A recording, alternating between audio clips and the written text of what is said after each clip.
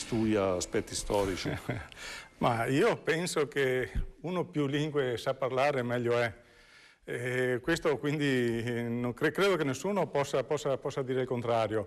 È assolutamente vero che i veneti parlano tantissimo il veneto e soprattutto pensano in veneto, e sembra che sia qualcosa come il 70% dei veneti che usano la lingua loro abitualmente.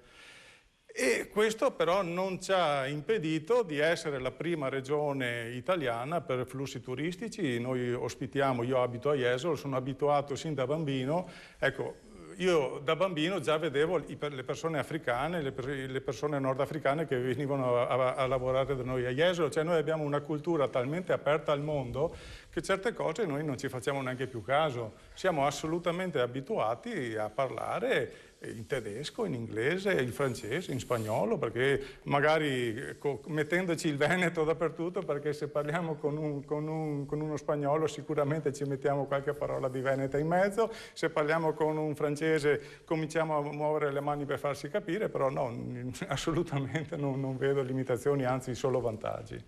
Ecco, Michele Pisone è promotore di questo comitato dei soldati dimenticati.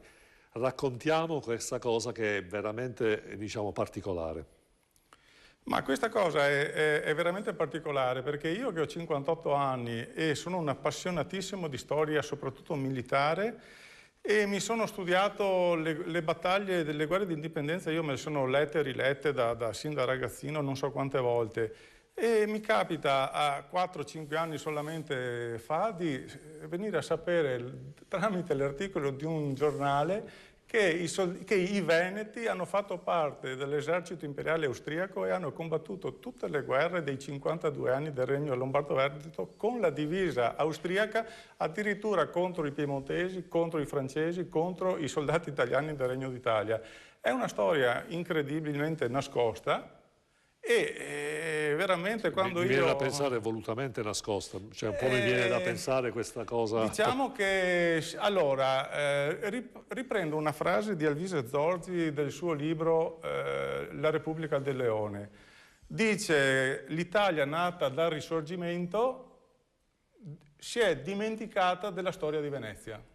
E questa qui è una cosa assolutamente incredibile.